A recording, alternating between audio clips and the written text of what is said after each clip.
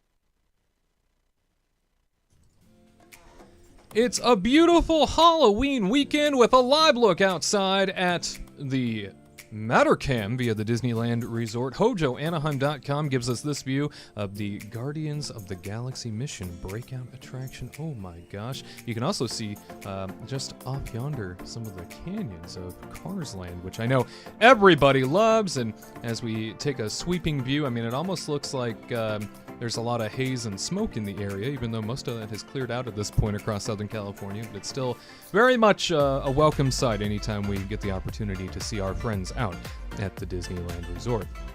Well, hello, everybody. Wade Heath joining you once again with Kingdom Report Live here at the beautiful Warner Brothers Studios Media District in Burbank, California, just around the corner from the Walt Disney Studios, just up the street from the Disneyland Resort. A few streets, that is. So great to be with you once again. Thank you so much for being a part of our broadcast, and thank you so much for allowing us to be a part of your holiday weekend.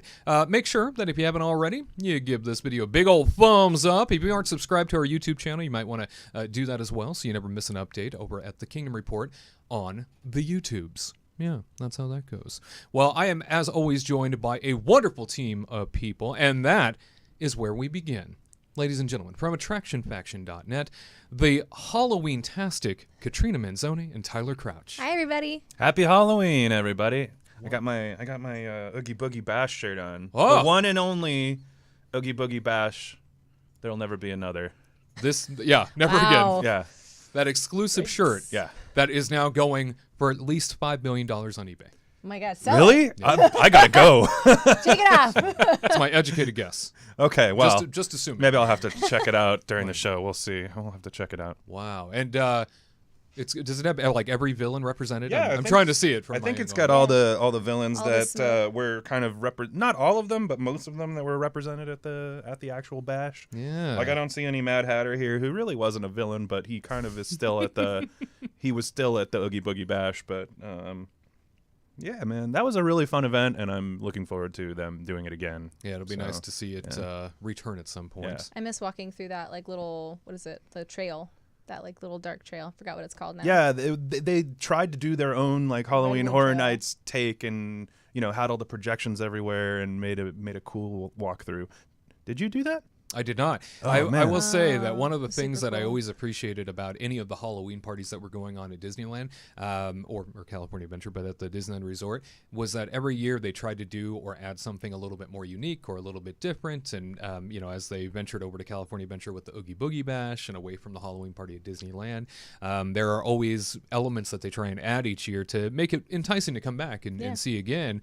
And I love that trail, too. We're talking about Redwood Creek. Yeah. Yes. The Challenge Trail area. Yeah, even like the trick-or-treating areas, like with the characters talking to you live and stuff, I thought that was really like unique, something interesting and super fun. Absolutely. I miss it because that was really cool to see like the evil queen kind of like sitting there, Maleficent just chilling, and then Oogie Boogie like right there at it, and he's like just talking to you the whole time. Bring it back. Yeah. So cool. Anyway, whatever. It was a nice refresh to the Disneyland stuff because they made it kind of feel more spooky and more adult. I felt like so I did love that about it. Yeah, definitely for those childless millennials among us. I know. Who shouldn't be going to parks, I guess. I know. They mainly made the party for us, I think. I think that's so. what it was. And back with us once again, bringing the cups, as we always like to see, producer Kurt in the production dungeon. Hello, my friend. Why, hello. Hi. Wade. So great to see you back. I do have another cup for you today. What? Tell us about this cup. So this is Cinderella's 70th anniversary cup that I just got last week, and it does see. Wow. It's Check super that cute. out. Holy And moly. It's got it's a. Oh, I love the bottom picture. I know. It's so pretty. Wow. It's got the little 70th anniversary on it. So there you go. I like it a lot. I wish it, the only thing that would really put it over the top for me is if it had like a little flag on top, maybe a little steeple flag. You know, That could be fun. It'd be cool if it played music too. I'll bring that forward to Disney and tell them. Pitch the think, idea for us. Yeah. I think they should also put some toilet paper on top of it, like Stitch did. Oh, Just put a little, I was like, where are you getting at? When Stitch took over the alien encounter ride, right? Yeah, They and did he that decided- as a promotion. Yeah, And and everybody loved it. no, Yeah. not many. Yeah. Yeah, no, everybody hated it. Yeah, everyone despised that moment. But I think that's a great idea. Throw some, TP that cup. Yeah, let's do it. Yeah. I mean, I probably could do that on my own. I could just add that little flair to it. Do that. There you go. Or just Next get Stitch time. at home to do it. By the end of the show, let's see that cup covered in toilet paper. Thank you very much. I mean, I can walk away from the mic if you want. I love that idea. Yeah, we'll see it by the end of the show. Well, Walt Disney World has an awful lot going on, so many stories that we want to cover for you. And with us here today, once again, to share all the details as to what's happening out east, it's Mice Chat author Chloe Ferreira joining us once again. So great to have you with us, Chloe. Thank you. It's good to be here on Halloween. Heck yes. Ooh, spooktastic. What a weekend. And tell us, there's a lot happening in Orlando at the Disney World theme parks, and that's your beat. You cover those things. Tell us what's going on. What should we know about? Right now or in the future? Ooh. What's going on right now? Ooh. How about right now? Well, as we know, the Mickey pumpkins are out at Magic Kingdom still, but in the next, actually, 6 days, Christmas will come to Magic Kingdom. Yes. So close. And then over at Universal Studios, they just surprise launched the Beetlejuice house, which sadly I won't be able to attend this weekend. But Oh, boo. Yeah, don't even get me started. Oh, boo. We He's talked so about it mad. before the show, and I am so mad right now. But anyway, good for those who can attend, I guess. Hopefully it comes back in some form next year or whenever it's safe for a lot more people to go and enjoy. yeah, hopefully. Yeah, and then the future, Disney just released that the Festival of the Arts is coming back in 2021. Epcot just seems to be like this constant festival at this point. Yeah, no kidding. I think they're going like 5 days between Food and Wine and the Festival of Holidays. There's like a quick 5-day turnover that they have to go through, which shouldn't be too difficult, but just crazy. It's an But easy that's- turnaround. Yeah, I think Yeah. we're missing we're coming right in that lull point, and Yeah. I'm so mad. I was so sad. Oh, I'm sorry well. to hear that. It is. Yeah. It is what it is. But It's at least it's your Beetlejuice maze. it is my Beetlejuice moment. Got to come during the downtime when Epcot is its own park. I know. I'm like, what am I gonna do? Not spruced up with the festival. But my favorite festival is coming back, the Festival of the Arts, and I feel like it's the most interactive festival, especially in the past. So I'm interested to see how this all plays out with the current situation that's going on that we're all very much aware about. But it's coming back January 8th through February 22nd, and there'll be over 15 food studios, the interactive photo ops where you kind of step into a painting and you can be part of like the Mona Lisa or Venus de Milo, or there's a lot. And then the mural, the paint by mural number is one of my favorite activities. There's this huge mural that they set up. I think it's every week, and it has to do with an Epcot pavilion or some Epcot art like Figment and Rainbow Spaceship Earth. And that's super fun. You pick a color and fill it in. It's just like you feel like you're part of the park for a few moments in time. That is fun. I think I have a photo of me within the photo with George Washington crossing the Delaware. I Us think- too. yeah, we have that too. Yeah. Very iconic. Good stuff. I use it on Yeah. President's Day. Yeah, okay. That's my profile There you pic. go. That's what I, yeah. Yeah, clever. Shows me in the boat with them. That's right. I love the mermaid one, like the Peter Pan one, and then he was the mermaid, and Oh, of course. and I was the person in the boat being like, "Look at that fancy mermaid." I am a fancy mermaid. I'll tell you. So glamorous. Do you have a favorite portrait in which to step into, Chloe? I've seen the mermaid one the past 2 years it's been there, and I haven't done it yet because I don't feel like I have a cute enough. I'm very particular of what outfit I'm wearing in some of these paintings. I know I'm weird like that. I haven't been like in a cute pastel or Neverlandish looking outfit yet, so I think I'm gonna make that my goal along with a mask this year. I love that one. idea. Yeah, accessorize. Really fun because you can do different poses in that and make it fun. You can do the traditional, make it look like you're being Venus, or just do like a crazy one. Absolutely. Very clever. And elsewhere in Epcot, we've heard some interesting news about, it sounds like one of the pavilions is going to be taken over by Disney fully. Yeah, I honestly didn't know that it wasn't already owned by Disney. Mm-hmm. I don't know if anybody else is in the same boat. But yeah, so by the end of the year, Disney will be taking ownership over Morocco, all of the food and merchandise locations within the pavilion. I saw that they're hinting that it doesn't have anything to do with COVID, but I don't really believe. That seems fishy to me. You know what Yeah, I I don't mean? know. Because like they owned it and they had their own living quarters for the people that worked in the Morocco pavilion. Right. And no one knew where they lived, but they all lived together. And like now they're taking it over, and it makes me really nervous because I hope they do it justice. You know what I mean? Because Morocco was like so adamant about having like original food and like original merchandise and stuff, and I just don't want Disney to like blow it. Yeah. You know what I mean? I feel like they've proven themselves with the other pavilions that they do run. I don't know. I think that like especially like Italy or something like that, they kind of blend their brand together with Italy to make cool little fun things like the Topolino stuff. Yeah. And I hope that they keep on doing that. I hope that they make new things for Morocco, themed specifically to Morocco. That would be pretty fun in my opinion. Yeah, But I think we'll see more Disney-esque items from Morocco because right now you don't really. You have a lot of the handcrafted bags and rugs and ceramics and everything, and I don't feel like there's a lot of touches of Disney, which isn't necessarily a bad thing. I'm on the side of old Epcot, but I think we'll see maybe even like some Disney themed baklava or something. sure, Mickey Mouse shaped baklava. I'm down. Something. But when I discovered that, whoa, Disney didn't own it before, now I'm wondering what the quality of the food will be like because it was so authentic. Even the food booths at all the festivals, one of my favorites was the spicy hummus fries, and I'm like, Oh yeah. keep doing that.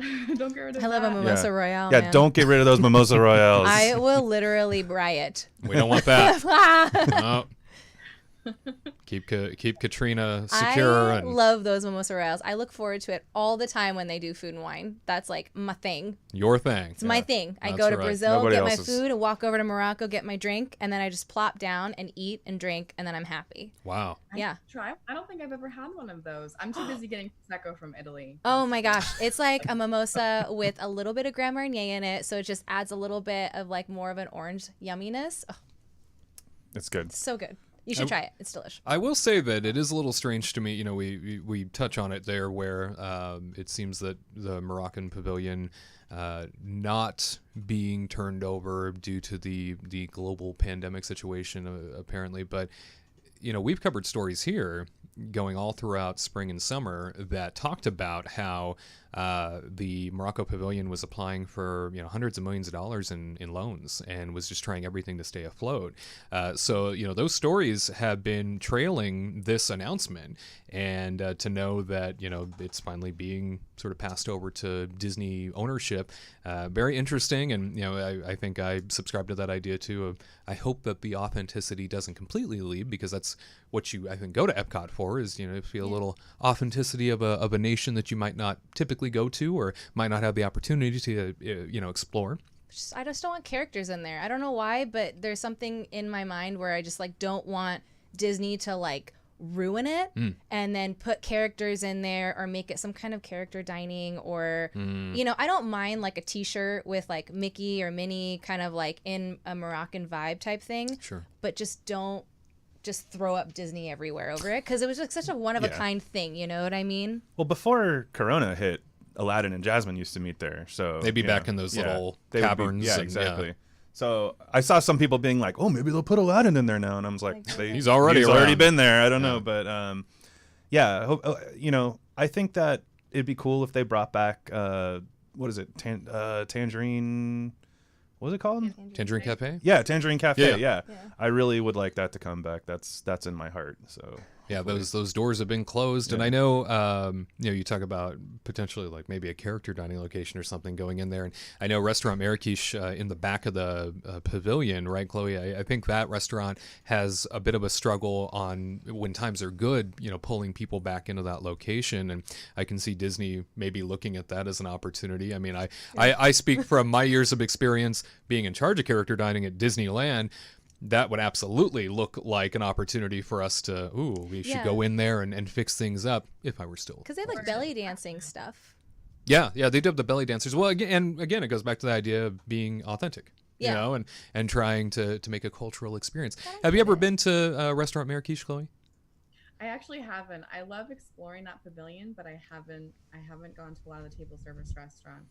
I did go to Spice Road Table back when it first opened because they were boasting about the great illuminations views, and I feel like that took away from Restaurant Marrakesh as well, just because it's right within the walkway, it's on the water, and it's especially now it's breezy and open and everything. But yeah, I don't know. I feel like Morocco is one of those pavilions that goes deep into World Showcase. It's not someone that spans a wide footprint, right. And I feel like there's a lot of room to work with if they wanted to do something like character dining, or who knows, an attraction way down the road, of course, and everything's a little bit better. But yeah, I feel like personally I would love to see more attractions within the World Showcase, especially within like that middle block of them, like Japan, Morocco, and even Italy or something if they have the room, in Germany.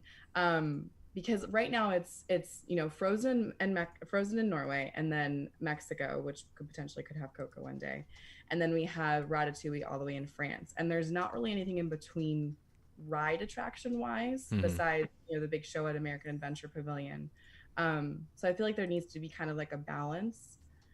But then again, I feel like Epcot needs more attractions in general. So yeah, right. I agree with you on that one. That's for sure. Yeah, really level things out. And speaking of attractions, I know that as we sort of march forward towards Disney World's big 50th anniversary next year, there are all kinds of rumors that some of these new big attractions on the way might not make it in time, or could just be delayed further and further. What have you heard in terms of these delays, and what might we be disappointed in potentially? Yeah, so talking about the Epcot upcoming attractions, we were supposed to have Guardians of the Galaxy Cosmic Rewind, the roller coaster that was replacing the previous Universe of Energy, and then also Tron Light Cycle Run at Magic Kingdom. Those were both set to open in time for the 50th anniversary, which is October 1st of next year, which means that these should be, pretty much almost done, as long as they're, working with over the next, 11 months now. But the word is that construction workers and different crews that provide supplies for these crews aren't contracted for after the next, I think at this point, 3 weeks. And they're being told to finish up the outside, and they're going to finish up the inside at a later time, but there's no projected date for that, which means that they're not done. I think the only one that is done at this point is the Ratatouille attraction in Epcot, and they're kind of finishing up, last touches. But the two big ones, Guardians and Tron, are looking like they're going to be delayed by probably another year. Oh man. I know it stinks, but it's also heartbreaking. Yeah. all the other bad news that we've had this year. Yeah. Yeah.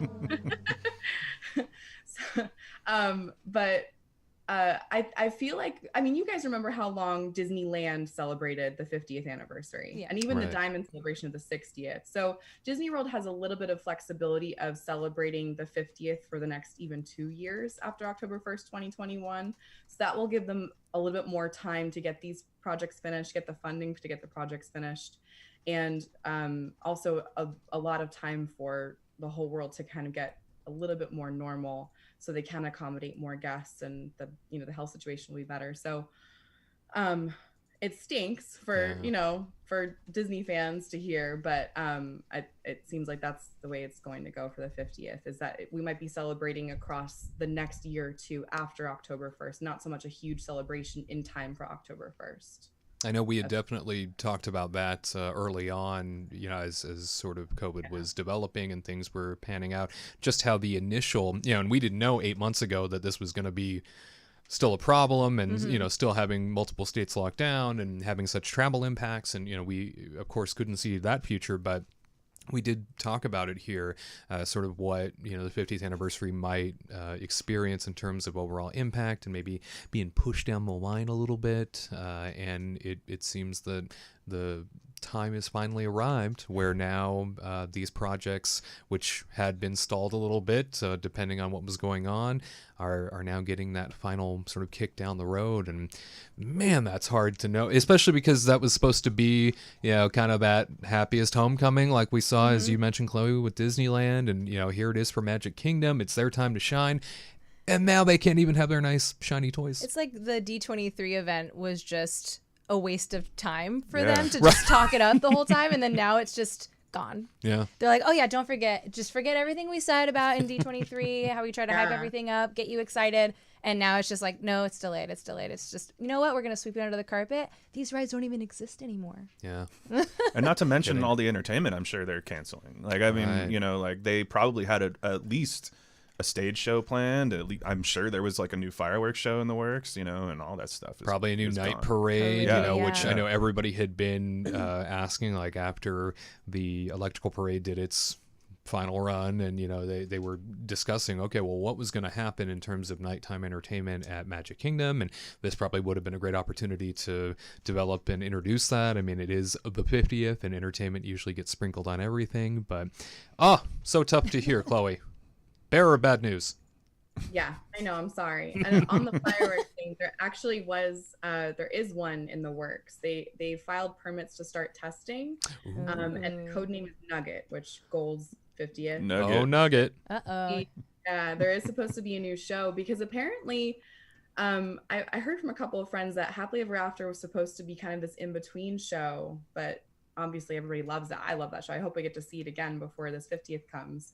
But that was supposed to be in between show of Wishes and the 50th anniversary. So that was interesting. And I lost my other train of thought that I had about the 50th, so never mind. Oh, okay. It's going to be a very unique time to experience an anniversary where so much that was originally going to be offered isn't there or isn't quite ready. However, I guess one of the great fortunes of this situation, if there is a silver lining, is that Disney already had these projects in the works. Disney already had paid for much of this to be done.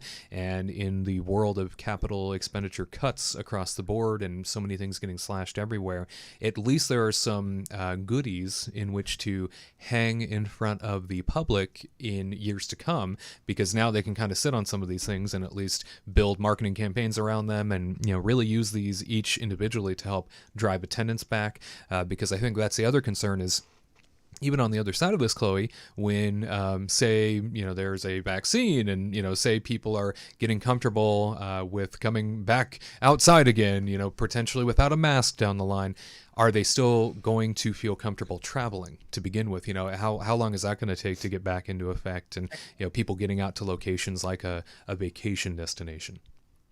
Yep, exactly. And also feeling comfortable around other guests, because Right. even my own recent experiences, I don't have issues with how Disney is handling things. I have issues with how guests are responding, even to asking people to stay back on their social distance marker. I was most recently pretty much verbally assaulted by the person when I told them to stay back on their marker. And that's not fun. You don't want that on your Disney day or vacation, to have to deal with guests being upset with you if you ask them to kindly pull up their mask or, stay the 6 feet away from you. So whenever people feel like they are fully comfortable to experience the parks again, we don't know. We'll see. We certainly will. And on the good news front, it does appear that some hours have been extended going into the holidays themselves. I think when we last spoke to you, Chloe, some hours had changed here and there based on what was going on, and there was a real concern from everybody at this studio that there wasn't going to be anything to do at night. All the parks were closing so early, and what were we going to do in the evening if we were choosing to go during this time? Good news is that it sounds like some hour extensions have happened. Yes. So some nights in November, some nights in December. I feel like they kind of change on a weekly basis. So it's best to check the calendar when you're planning to travel, because I'm not going to lay all the nights out to you. But mostly Hollywood Studios is extending to 8 p.m. And then Magic Kingdom staying open all the way till 10 p.m. on Christmas weekend. Right? Unheard of. Yeah. Without fireworks or anything, I feel like the thing to do right now is ride rides. Right. And I don't know, I'm not sure if they'll do evening time character cavalcades, because they're using some of the floats from the Boo to You Halloween parade.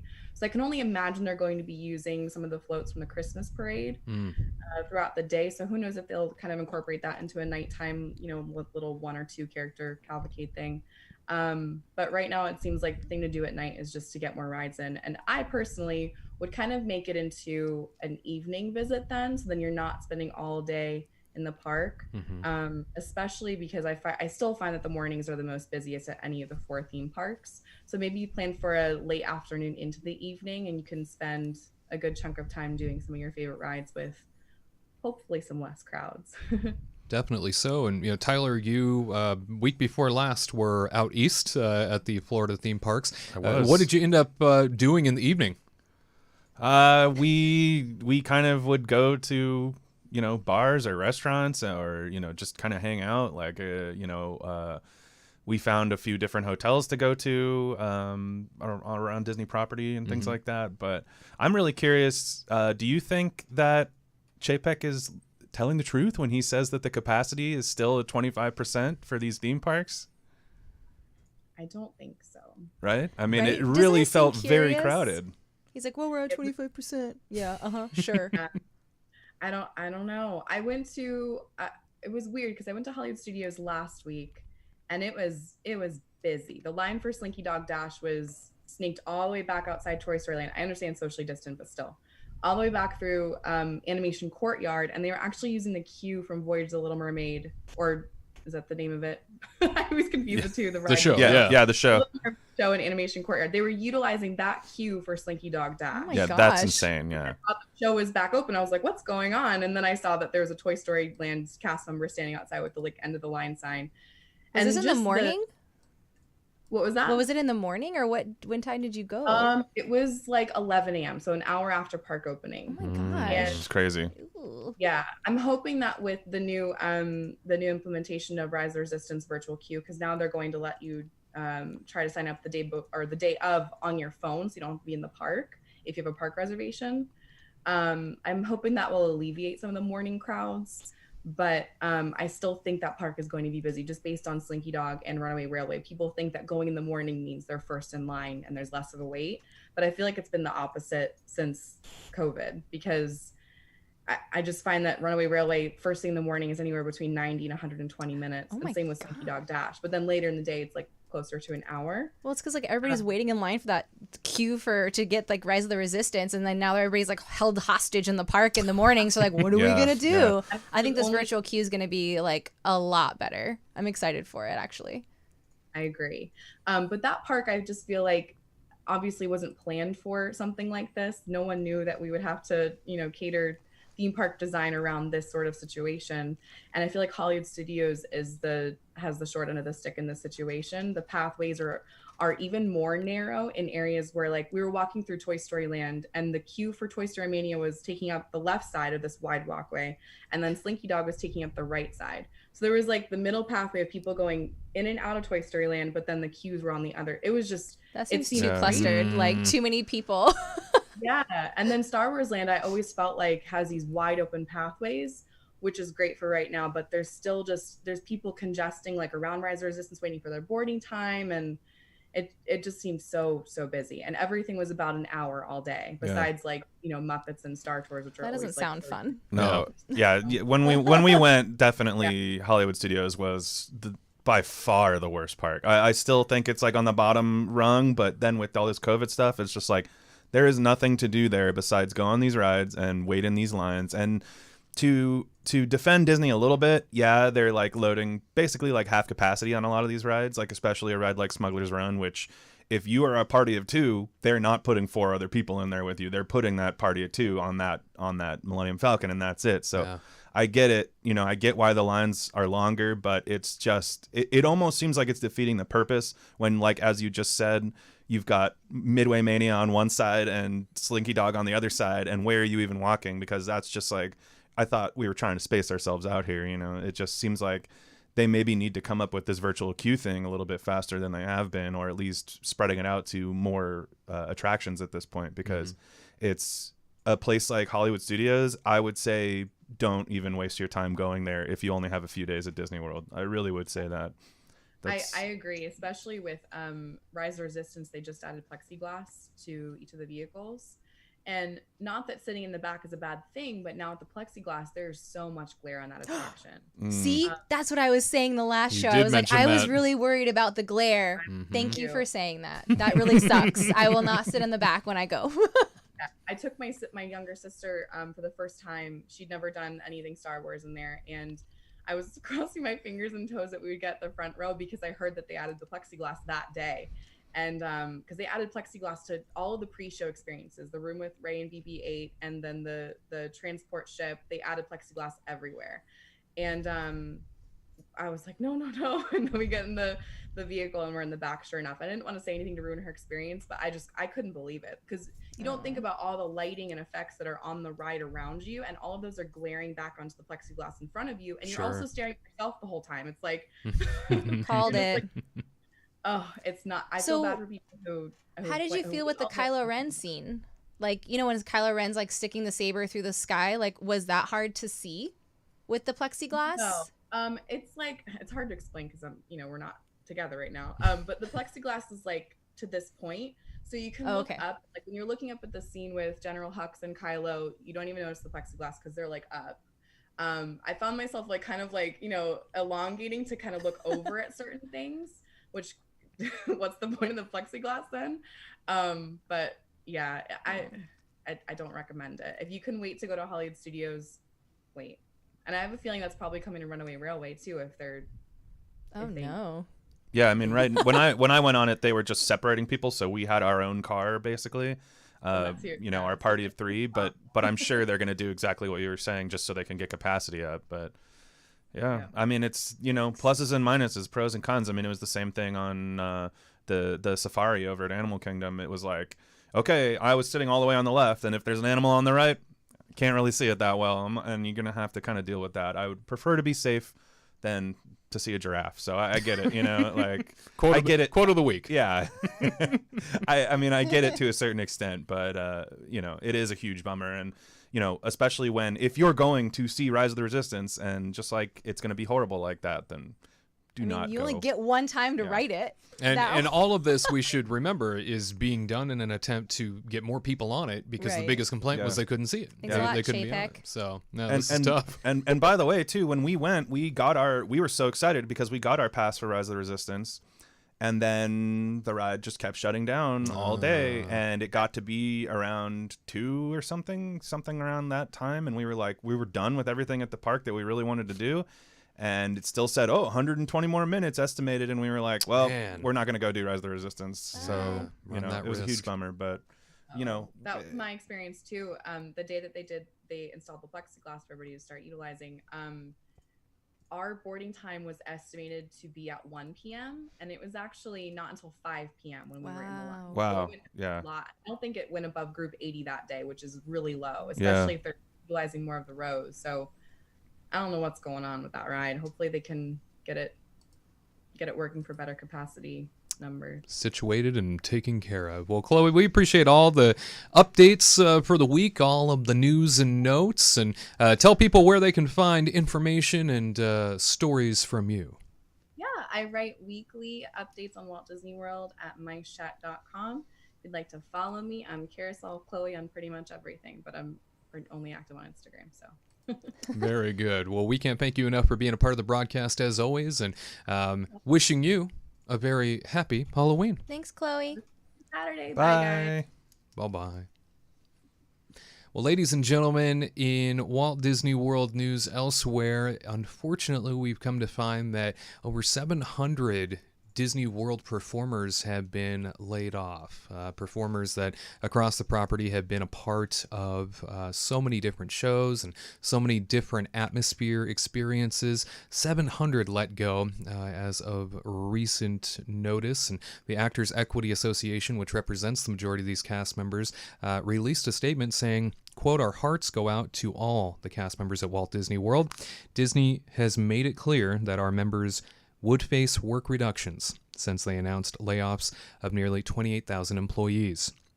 That does not make this news any less painful, and these reductions are another tragic reminder that until the virus is brought under control with a national strategy for masks, testing, and contact tracing, everyone who works in the arts needs help, like extended pandemic unemployment insurance and federal COBRA health insurance subsidies." End quote. Before the pandemic, about 780 equity members were employed at Walt Disney World, either full-time, part-time, or seasonal, and about 60 are currently working or about to return to work in the parks. We also have a full breakdown of entertainment cuts from theme parks to hotel resort properties here, and this is staggering. We are seeing cuts to Magic Kingdom with Citizens of Main Street, Monsters, Inc. Laugh Floor, over at Epcot, Voices of Liberty, Disney's Hollywood Studios, Citizens of Hollywood, Beauty and the Beast Live on Stage, Indiana Jones Epic Stunt Spectacular, Jedi Training Academy, Trials of the Temple, Green Army Men from Toy Story Land, Voyage of the Little Mermaid, which we have not seen come back at all, Disney's Animal Kingdom with Festival of the Lion King, Finding Nemo the Musical, Pandora Utility Suit, so the performer that would walk around in that. Also over at Resort Hotels, we were seeing that the Hoop-Dee-Doo Musical Review at Disney's Port wilderness Resort and Campground is a casualty, and the Grand Floridian Society Orchestra at Disney's Grand Floridian Resort and Spa also fell victim to these cuts. This is a staggering blow, and we've covered all of the tens of thousands of layoff notices and the things that are going on across the parks, not just with the theme park operators, not just with the Imagineers, not just with some of the executives, but now with performers, now with entertainment, as we called it back at Disney, the sparkle in the show. When you lose the sparkle in the show, that really is felt much more than, if a trash can gets a little too full, which is a big part of Disney's, brand. They got to be clean. You can eat off the ground. But, if a trash can starts to overflow a little bit, it doesn't completely destroy your experience. Whereas, if you can't go see the Voices of Liberty, or if you're not able to go experience Festival of the Lion King, those are major deductions from the overall experience that are just crippling to what you're still paying the same price. So this is sad to say the least. We don't know if these are even coming back. It's hard to not sound like a broken record at this point, because this just keeps happening, sadly, and it's just, my heart goes out to everybody who's affected, and we know this is going to keep on happening, and it's a huge, massive bummer. And just selfishly, I feel like it, like Wade was alluding to, like, this is the magic of the park. You can go on, you can go and see the castle and go on a couple rides and stuff like that, and that's all well and fine. But what really makes the place feel alive is all of these performers that give their heart and soul into these things.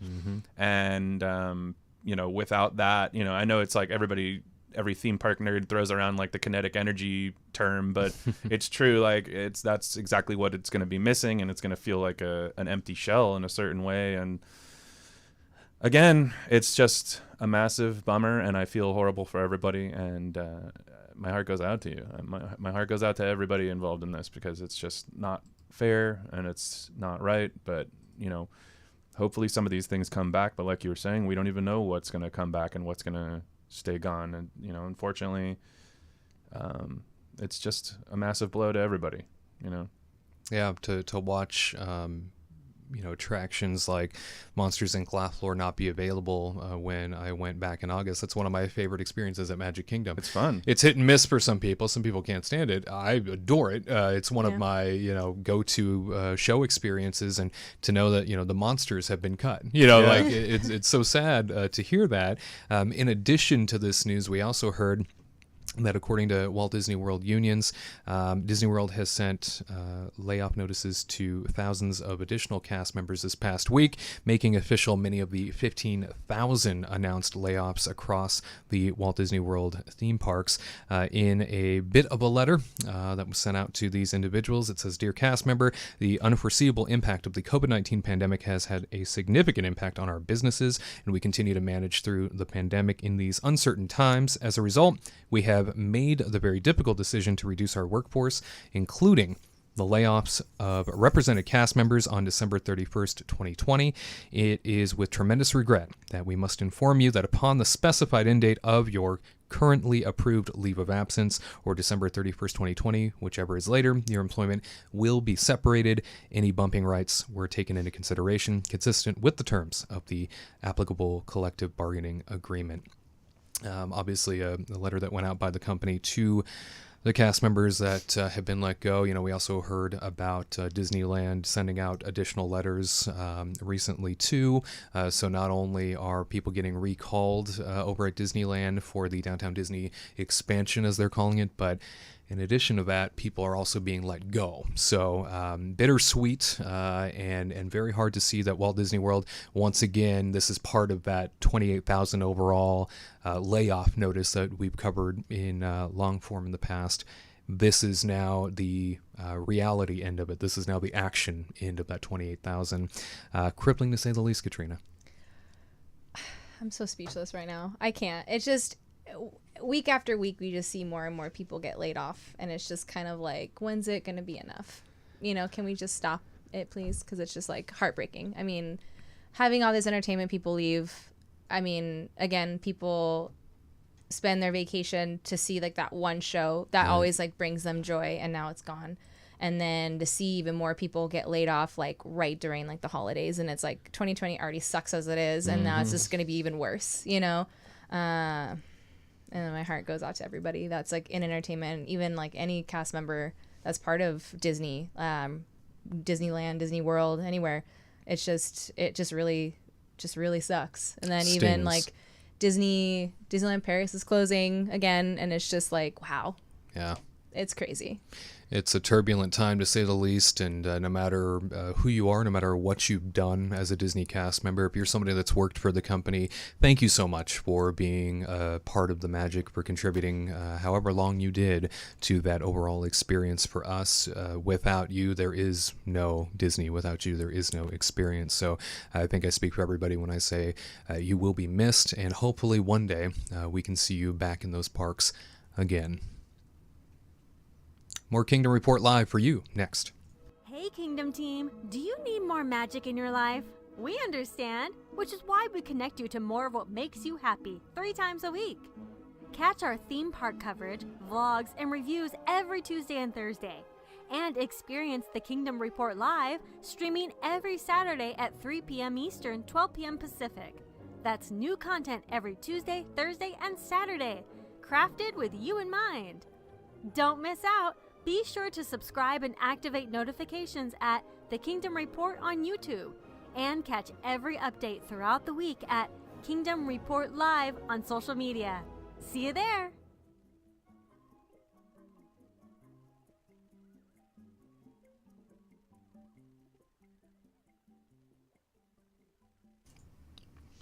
Over at the Disneyland Resort, lots of news updates to get to, several things to touch on.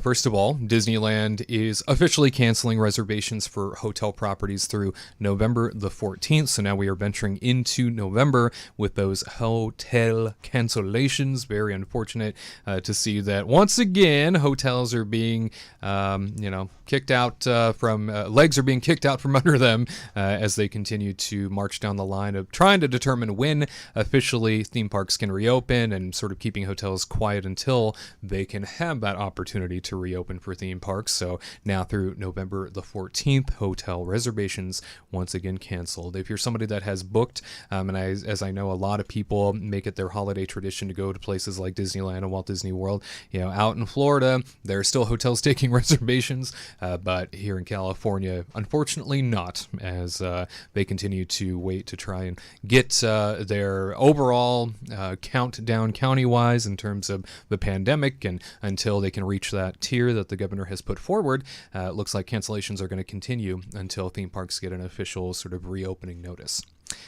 Moving along here, more than 200 cast members are being recalled, and that is great news to Disney California Adventure, as Disney has decided to figure out really how to be creative now that the theme parks are probably going to be shuttered until next summer, potentially. I mean, we'll see what happens, but now Disney's getting a little creative, and instead of reopening theme parks, they are just expanding downtown Disney is all. Yep. And so they've opened up, or I should say will be opening up, Buena Vista Street over at California Adventure Park, making that an expansion of the downtown Disney experience. We also know that recently they got a little creative on the backside of California Adventure and opened up a back gate, if you will, kind of a floodgate near the security checkpoint on Harbor Boulevard side, and they opened that up to be more of a retail space, an additional expansion retail space called the Hollywood Premiere Shop or something to the effect of that. And so now Studio 17, Stage 17 as we've known it to be called, is now a retail space added on to the Downtown Disney roster of experiences, really to sort of absorb what is coming into Downtown Disney, as routinely on the weekends it's booked out. People wait for hours to get in. It shows the demand that is there for the Disneyland Resort itself. So that's really good news. Happy to hear that at least there's some good news on this front, and that several hundred cast members are coming back to work. Right. Yeah. That was like a glimmer of good news from Right. like the last couple weeks. And then to see like Carthay Circle opening back up soon, and they're gonna have Grizzly. What is it? What's that place called? Oh my gosh, my mind just went.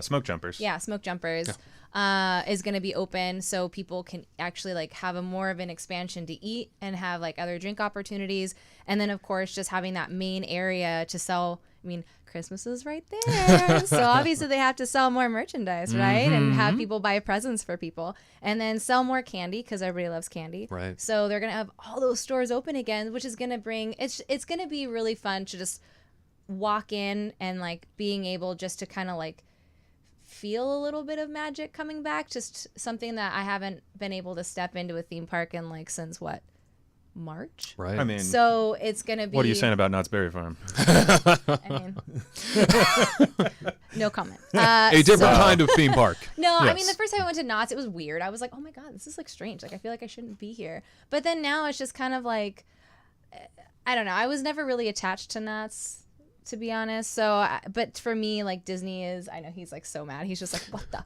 I understand the level of different emotional connection, though. Like, and I would feel the same way probably if I went to Knott's. Not that it's a bad experience or something that I don't like. I Yeah. just don't feel emotionally connected to it like I do to Disney. Right. And Sure. so I go into Disney, and it's an emotional connection that I have with the brand. Knott's doesn't really have, even with Snoopy and the Peanuts gang. I don't really have much of an emotional connection You to don't them. even get to see them. So- Like I saw him once, and I like oohed and awed for like Halloween because like little Snoop was up there, and he's just like, hey, and I was like, oh my god, you're so cute. But like, yeah, I have like a bigger connection with Disney and like better memories and stuff. So it's like gonna be great to like go walk through Buena Vista Street and like see that stuff open, and then I'll get sad that I can't like keep going, But at least it'll be fun, like going through the shops and stuff. I'm just worried about how busy it's gonna be Yeah. and like all the parking and stuff and security and all that stuff. So hopefully it gets worked out, but it's gonna be exciting to see the change, just to like step foot in some kind of property that brings me joy. I'm honestly just stoked for Carthay Circle. I mean, that's like what I I'm wasn't gonna really. really say anything, I'm just like. But I mean, yes. Have I am that crown jewel back. I mean, I'm pumped because that is like the place that was our California Adventure hangout spot, you know, and so We just I'm have just so many great people that we know there, and it's just it's always like a warm welcome. It's like a nice hug. We're not gonna be able to hug anymore, but you know, it's always like a warm hug when you see these beautiful faces, and you know, they always just bring you joy and laughter. So it's just nice to see those people again, you know. You bet. Yeah, and apparently they're gonna have a new menu or something, so I'm excited to see what kind of food they're gonna do, and Just keep my grilled hopefully cheese. I can get those ducklings in my body. Yeah, they gotta have your grilled cheese, I think. It's simple. They always have that line out the door. Everybody wanting to come in Yeah. and experience the lounge. And Yeah. They're gonna enjoy have to do like a themselves. reservation system for sure. Like Yeah. it's gonna be. I mean, that line will be down like Harbor or something. Sure. Like And- I'm gonna be there. Even going back to entertainment for a second here, like one of the when we would first start waiting in line for Carthay Circle, every single time the little trolley boys would come by and you'd be like, "Oh man, it's so loud." And then but now like, you know, it started growing on me over time and I'd be like, "Oh, there's the trolley boys again," you know, and then now No we're one going to sees the go day. and wait in line and Here come the and little won't- trolley The boys. little trolley boys. And you know, Five and Dime and stuff. Those guys were all great, but now it's going to be sad. Yeah. It's gonna be too many people walking around, that's for sure. And like I loved Goofy when he was like dancing at Five and Dime. You know, that's always like a fun thing. But hopefully they bring him back one day. Yeah, I'm hoping to Hopefully. see much of what we have already seen out in Walt Disney World kind of get transplanted over to Disneyland Resort and that Buena Vista expansion for Downtown Disney, and having those characters up high, you know, in locations that they can be spotted from a distance. And definitely Buena Vista Street, I think, has a great opportunity for Carthay that to Circle happen. upstairs, there's like a whole bunch of like areas that you can like have people up there waving and stuff. But hopefully they expand. Even as you walk in, you know, at the main entrance for California Adventure, lots of staircases, lots Yeah. of little overlooks and little places that you can come, you know, maybe put a character in or put people some would lose atmosphere. their mind if they saw Oswald. I think so. They would, yeah. I think any character at this point Oh, we'd yeah. lose our minds over. Yeah. Just They've got to have like Mickey or You're something, alive! just like popping up for, you know, Halloween, or not Halloween, but for Christmas and stuff. Just Yeah. you know, in their normal costume, they're gonna like do some kind of like little magical like, hey everybody, and like, or at least meeting off to the side so they can like take pictures, because they're not opening up that area by going into, oh my gosh, what's that place called? It's been so long, I don't remember the names. Hollywoodland? anymore. Yeah, like, well, not What at direction? Hollywoodland, but like on the other side, because they're closing off that hub.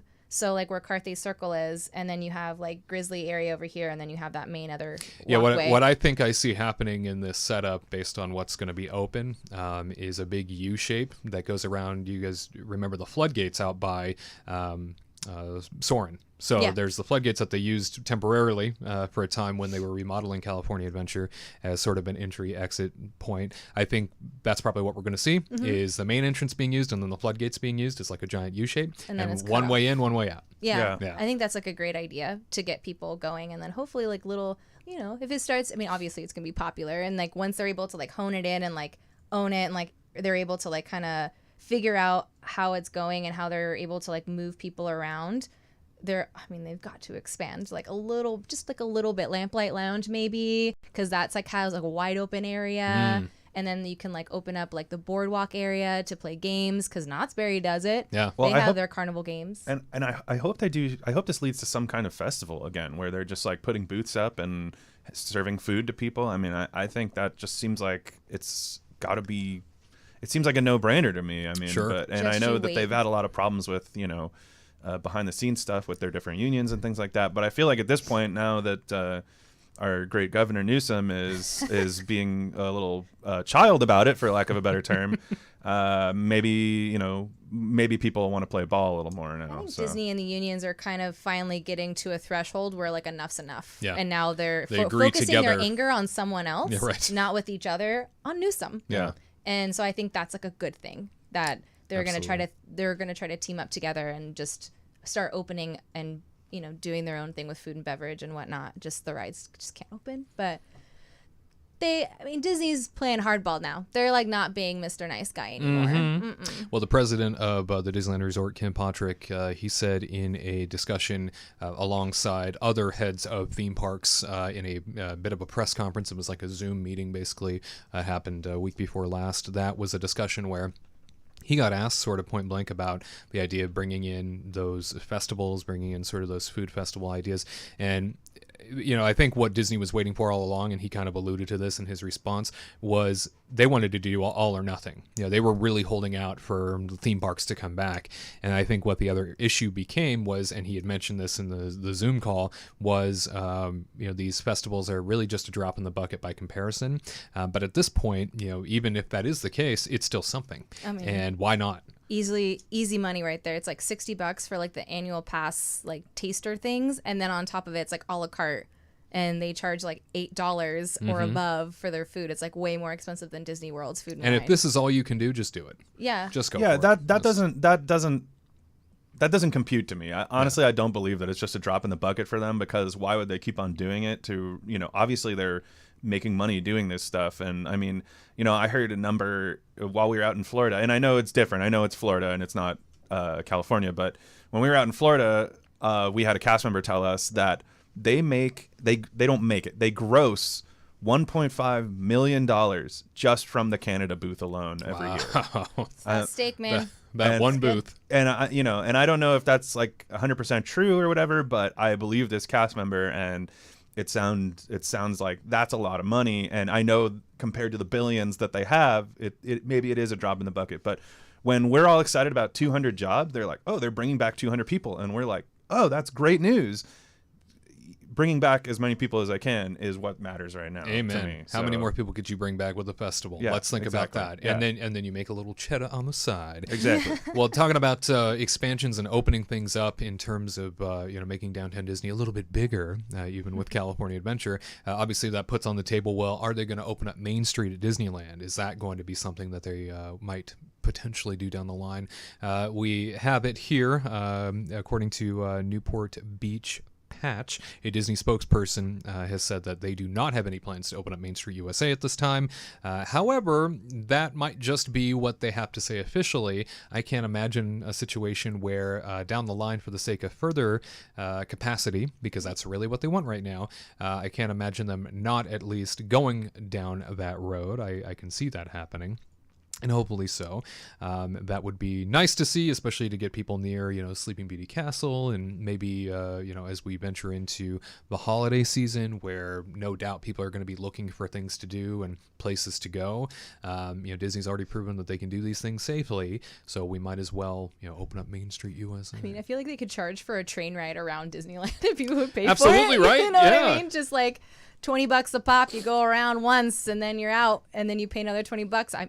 You know how much money you would make? That would be cool, actually. That would be really really cool cool to to see like neat. this quiet, I don't know, this creepy place, because obviously nothing's happening over there. But I mean, why not? I'm guessing they can't do that because of the restrictions, but otherwise Knott's would be running their train and guess. stuff too. But I mean, that would be really awesome, though. I mean, don't that know. train is a historic landmark. There might be some wiggle room Ooh, there. I mean, if we're going to it's a play museum. these silly games with the state, Yeah. if the state is going to play these silly games in return, Disney might as well just play hardball and say, well, the monorail station is probably a place where we can declare it's historic. The train, all those things. I mean, yeah. And then you can do like the carriage, like the little like whatever horse thing through Disneyland. Horse-drawn streetcar. Yeah, that. absolutely. You could pay for that too. You just go down and back, little round trip. I mean, I don't know how that would They're really like, work. it's public transportation. Right. Yeah, you gotta get to the end, right? Yeah. That's like that's the only way. You can't use You your 2 didn't. legs. You didn't Crazy. shut down trains everywhere else. So, in some unfortunate news, as we have been discussing in previous weeks, obviously the 28,000 Disney cast members that are being laid off across the company, that is starting to take effect. Not only were non-union cast members already excused or given some sort of notice, we're now in a situation where over 10,000 union cast members are now being notified officially that they will no longer have a job. This is something that nobody wants to see, nobody wanted to hear, and yet we're at this point. So very unfortunate, very sad to say the least, that we are seeing these jobs be lost, all because theme parks cannot officially reopen. No doubt that has contributed to the overall number. Undoubtedly, as we've discussed many times, the meaning to lay people off across the company was something Disney was going to do regardless. That was coming. We all knew that from the very beginning of this pandemic, that was inevitable, and so they continued paying a lot of benefits to individual cast members for several months, and now it's finally at the point where because of reduced capacity at theme parks around the world, as well as Disneyland Resort theme parks not being able to reopen, those numbers are finally becoming reality, and we are seeing from coast to coast at Walt Disney World and at Disneyland lots of cast members losing their jobs. We are always thinking about you, and we are forever grateful for all that you have contributed. Thank you, Disney cast members, for what you do. Thank you, Disneyland cast members, for making the biggest impact on us, as that was our home park. We will never forget you. And speaking of theme park layoffs and situations where potentially numbers could have been adjusted or avoided at such a great degree, the governor of the state of California, Gavin Newsom, who continues to play hardball with theme parks across the board as to whether or not they can reopen, and if so, how, and something we've covered since July, when the state officially said they were going to be given reopening notice to the theme parks across the board, and week to week continue to say that they were about to, they were going to, they're this close, it's about to happen, don't you worry, we're going to share it with people. Oh, but wait a second, we're a step away. Oh, we're in dynamic conversations, and yet we're not. The state of California has played a ridiculous game here with the theme park industry, and at this point, I think we all, for the most part, feel it's a little political, and that's unfortunate in this situation, because it doesn't make sense, and a lot of the being led by science discussion that continues to happen by the governor and by the health secretary for the state just seems to be so far off base when it comes to everything else in the state that's been allowed to reopen and given that nudge. Well, now we know that Disneyland theme parks, as we have covered on our Kingdom Report YouTube channel, Disneyland theme parks have been given a path, as well as all theme parks in California of a Disneyland size, to officially reopen once Orange County gets into the yellow tier, and that is a tier that is got some really unbelievable requirements in order to get to it, unless Governor Gavin Newsom sees another way in which to try and help the theme park industry out here. I would imagine that we're probably not going to see theme parks officially reopen until, number one, there's a vaccine that works, or number two, probably by next summer, and hopefully it will not be that long. But now we're in a situation where the governor continues to be asked about theme parks and the reopening guidelines and why they're so strict and what's happening, yada, yada, yada, in press conferences. It now appears that the governor won't even mention Disneyland by name in the press conferences, and rather than even acknowledge Disneyland as sort of one of the biggest employers in his entire state that takes care of lots and lots of people and brings in tons of tax revenue, he won't even acknowledge Disneyland by name anymore, and will just only refer to theme parks of size as the describer. I cannot get past how petty he has become on this whole theme park issue. Katrina and I, we talked about it about 2 weeks ago. There was such arrogance the last time he and the health secretary talked about this and talked about the subject, because they knew they were in control. They knew they were in power. They knew that nobody was going to tell them what to do in this situation. And I understand if it's all for health and safety, great, but we're in a situation now where things that are very similar in nature across the state have been allowed to reopen. And all theme parks is essentially a cluster of those things across the state in one place. Now, rides are a little different, I understand, but if you can't allow for a little bit of wiggle room for everything else to reopen, or the outside rides only to reopen, I don't understand what this whole holdup is and what this concern is.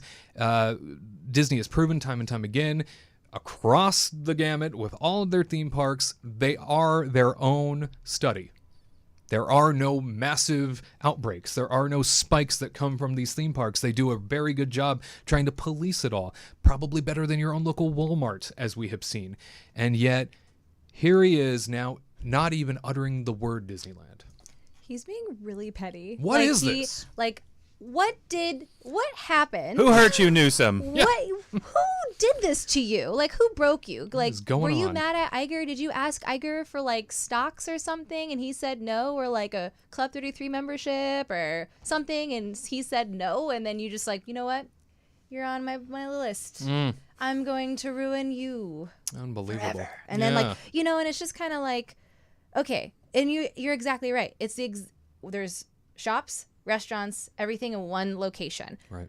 Why can't they just open at that point? And then just, okay, yeah, you can't do rides until you reach orange tier or whatever. Okay, fine. But at least you're bringing back all these jobs for these people in like the shops and bring back entertainment and like have people do he's being such a mean person. It's not even just about Disney either. It's about all the surrounding businesses and everything. Like, I mean, I guarantee you a majority of those small businesses are going to be going out. He's being very short-sighted. You know, these hotels are probably being really hurt too. It's just really a sad, sad thing. And, you know, I went to a mall yesterday. I went to an indoor mall yesterday over by our house. You did. And if I can go to that mall, why can't we go into Disneyland? It just doesn't make really any sense to me anymore. I still think we need to be super safe, but as you were saying before, and I was just over in Florida, the theme parks are the safest I've felt like anywhere. I mean, I went to downtown Orlando while I was there, and it was kind of gross. There was like nobody wearing masks, and it was kind of bad actually. It was not good. But then you go back to Disney and you feel this like safety bubble where they're being very cautious about a lot of things. I saw numerous cast members saying, please put your mask back up. Like even people just with the mask below their nose, like they were telling people put the mask above your nose and your mouth. And I said it in the beginning. I said, if Disney is going to enforce this stuff, they have to tell people you're going to leave if you don't comply. And that's exactly what they're doing. Right. And they're saying, get out if you're not going to do this. There's signs don't everywhere. Don't make your plans to come here if you can't comply with this. I love everything Disney's doing. They deserve to be open. It's really a crazy situation. I think Newsom, I think it's honestly pure ignorance. Yeah. I mean, I really do think that he just thinks it's some other type of thing. He probably hasn't been to a theme park since, you know, some clown hurt him when he was a kid, you know, and now he's just gonna hate on Disneyland. It's just really insane to me. He sent people out to Disney World to look at this stuff, and I told like in the last show or like the couple shows ago, they went in trying to find problems. They didn't go in open-minded. They went in and had their little notebook and like literally just closed-minded, writing everything that they could find wrong, instead of looking to see what they did that changed the theme park industry to make it safer, to make it better. And for him to do this is being very short-sighted, to ruin all these businesses around him. He wants like Southern California to fail. I don't know why, but he literally wants like everybody to be broke, homeless, and take over the freeways and just live in a tent. Like, you should run against him and use that as a is this what you want? Yeah. This is what Newsom wants, and this is what I want. I want Disneyland to open. Right.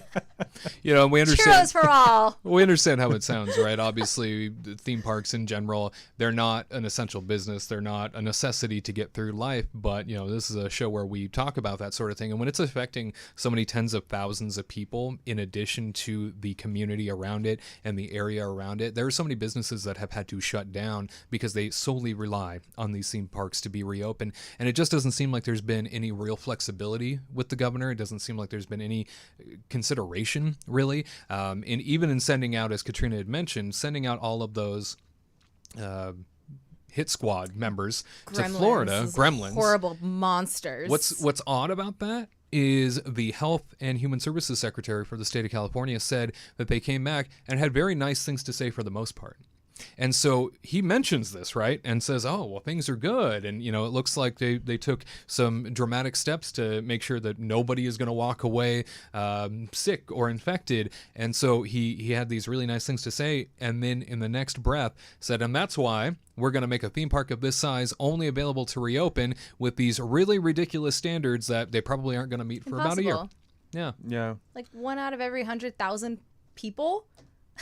Come Unbelievable. on. Yeah, I just don't understand the political approach, because if the governor doesn't understand that this is sealing his fate, absolutely. And I think that he would be short-sighted not to imagine what the future is going to look like here, because you're about to see not only an entire theme park industry come together and bankroll some candidates against you the next time, most well-funded candidates against him, I'm willing to bet. Iger. Come on, Iger. You are going to be seeing, I think, a major showing of support for these organizations moving forward. I think things are about to get a little dicey. There's already been discussion about whether or not a lawsuit is going to happen. I know that there are some. God, I hope so. There are some lawmakers from the state who have already brought a lawsuit against the governor for abuse of emergency power in this regard. And this is something that a couple weeks ago we spoke about, and I kind of laid out that idea that he wasn't treating theme parks fairly. And with the emergency powers bestowed upon the governor in these sorts of situations, they can only use these powers because it's above their ability, right? So these powers should be in a legislative body, these rules. They can only use these powers if they're done fairly and appropriately across the board. We made a case before the guidelines were issued that he was not treating theme parks fairly. He was, in fact, putting them in a different category entirely that didn't even have a path to return.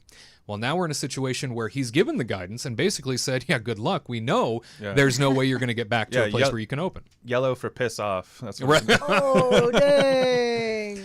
It's really unfortunate. And it's really horrible, too, because these, tell me what the difference is besides... like a ride is like a moving bench, right? Like that's really what it is. What's the difference between opening Disneyland and opening a zoo? Like SeaWorld is even open at this point. It's just like, what? I don't understand. It makes zero sense. And when you're talking about a place like SeaWorld, it's literally like you walk up to a pane of glass and stand toe to toe with people and look at these animals, and how is that any different than what Disney would do? I mean, to me, it is different. It's worse, Like I just don't. It just doesn't make any sense to me, and I'm like speechless about it. It's crazy. Yeah, this idea of continuing to say like, oh, well, we're going to be stubborn about this, and we're going to be led by science. It's like, well, but look around at all of the examples that they've already given you as to what they've been able to pull off and what they've been able to do. You haven't even given them the opportunity to showcase they can do it the right way. Yeah. Mm-hmm. And you have examples, and you sent your people, and you said they did a great job. So I just don't understand what this fight is about. Yeah. I don't understand why you're leaving all these tens of thousands of people in limbo, and you have businesses shut down around the community and that rely on this to be open. And I get it. We don't need theme parks to function in life. We don't need malls. But damn it, if this isn't unfair. Yeah, it just does. Like it would be one thing if everything was still closed. I'd be like, okay, it's tough. It'd be very different. Yeah, absolutely. It's tough, but this is what we're doing. But to just say that like basically everything can open except for Disney and Knott's and Universal, it makes zero sense, as we've already said a million times. But it's just ugh. We're if you can't tell, we're fired up. It's like so. And I'm at this point. I'm not even being selfish about it. Yeah, I want to go back to a theme park, but I'm just worried about all the people that I know. That's really what I care about, and I'm worried about, Anaheim being just a just a shell of its former self. That's really what is the most concerning to me. It's gonna be sad. Yeah. There's gonna be like tumbleweed down the road, but it's just gonna be trash tumbleweed just going down the road because everything is just lit on fire, closed down, and like everything is just, it's like Biff took over. Dogs and cats living together. Yeah, in harmony. Wait, no. It's tragic to see that this continues to be what feels like a game. If you live in the state, especially if you live in the area, it feels like a game, and that's the most unfortunate thing out of all of this. Oh, maybe. Very disappointing to know that we're still in this situation where no flexibility has really been given, no opportunity has really been provided. That Disney is now deciding to expand Downtown Disney. You know what? Open up both parks and expand Downtown Disney into both of them. Play hardball, play the game, and just say, well, it's all retail. It's all dining, and that's it. Yep. And until you can officially reopen, just do that. It's time to play that game and get as ridiculous as they have become. Here. Because they're not being helpful at all. At any rate, what do you think? Leave it in the comment section down below. Is Disney being treated fairly in this situation? Are the theme parks of Disneyland being treated fairly? From our perspective, it doesn't seem that way. Maybe you have a different perspective. Stick with us. Kingdom Report Live finishes up next. Do you know everything the ghost host is going to say before he says it? Are you ready to thank the Venetians each time you board Spaceship Earth? Can you recite Walt's opening day dedication speech? Then join the Kingdom team today, the influential legacy fan community featuring exclusive merchandise that will alert all who've come to this happy place that you are more than just another guest. You are a trusted theme park fan. Don't miss out. Join the Kingdom team right now by visiting the homepage at kingdomreportlive.com. That's kingdomreportlive.com. And now, back to the magic.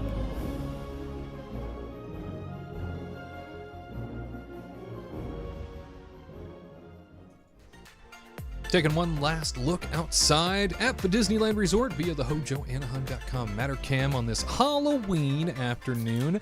A beautiful sight, to say the least. I wish there was a jack-o'-lantern on top of the Matterhorn. I think that would be a cool effect. But, they could have at least done that. Everybody could have seen it for miles. You know what I kind of miss is during the Ghost Galaxy experience for Space Mountain that comes about this time of year. What I kind of miss, because I live in the Orange County area near the Disneyland Resort, and you could hear for miles at night that screeching scream. Oh yeah, Really? Of the ghost from Space Mountain. Yeah. When I worked there too, I'd be at the park at like 1:45 a.m. or something like that, and you're all the way over in like Critter Country, and then all of a sudden you hear, "Wah!" and you're like, oh my, holy Moses! Horrifying to say the least. Well, Tyler, Katrina, any Halloween plans? The world is in pandemic and nothing is normal. No, we're gonna get a new doorknob for the front door, which is super exciting. Scandalous. Yeah. Wow. Yeah, I know. Yeah. We're like, we're living it up over here. Yeah. I don't know. I'm thinking we might have to put a sign up or something to say that we're not Go giving away. out candy this year because I don't want to deal with people face to face. To be honest with you, I just don't know that you're going to see many people doing it to begin with. I hope so. I hope you're right, but I think there will be enough people who will be like, well, I got to make my kid happy, so I'm going to do this. And it's just like, I'm not going to be a part of that. I've seen a lot of people saying like, oh, they're going to build like a chute or something to like send candy down to people. And I'm just like, Real creative. guys, let's just, it'll be back next year. Like, I love Halloween as much as the next guy, If probably you really even more want than your the kids next to guy. trick or treat, I would just make them go to every single door and have someone wait in the house, and then they just knock on the door.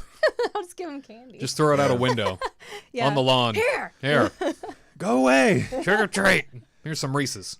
Good Yeah, luck. so we don't have anything planned now. If Universal would have told everybody about the Beetlejuice house a little earlier, maybe we would have had that planned. But guess not. Guess not. Universal. Thanks for that. What a one. nice treat for Universal to throw that together last minute Love and it. tell Just everybody come so on in. great. My goodness. I'm yeah. happy for the people that get to go, but also just I'm so angry at Universal. Anyway, let's move on from that. What are you doing? He's Yeah, that well- enraged. I'll probably watch Hocus Pocus and pass out fun. in a pile of Snickers. Oh, that Nice. sounds great. Yes.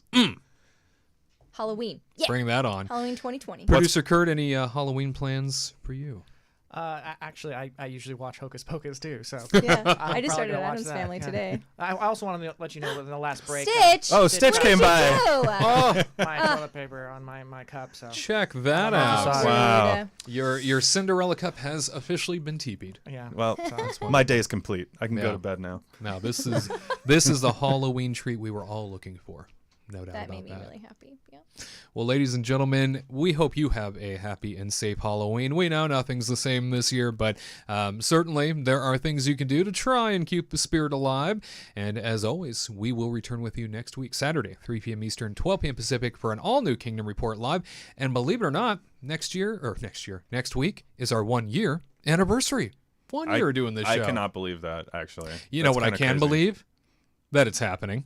I know. How about that? Woo! Yeah, going to be great. And remember, the legacy of Walt Disney lives on because of people like you and me. We'll see you next week.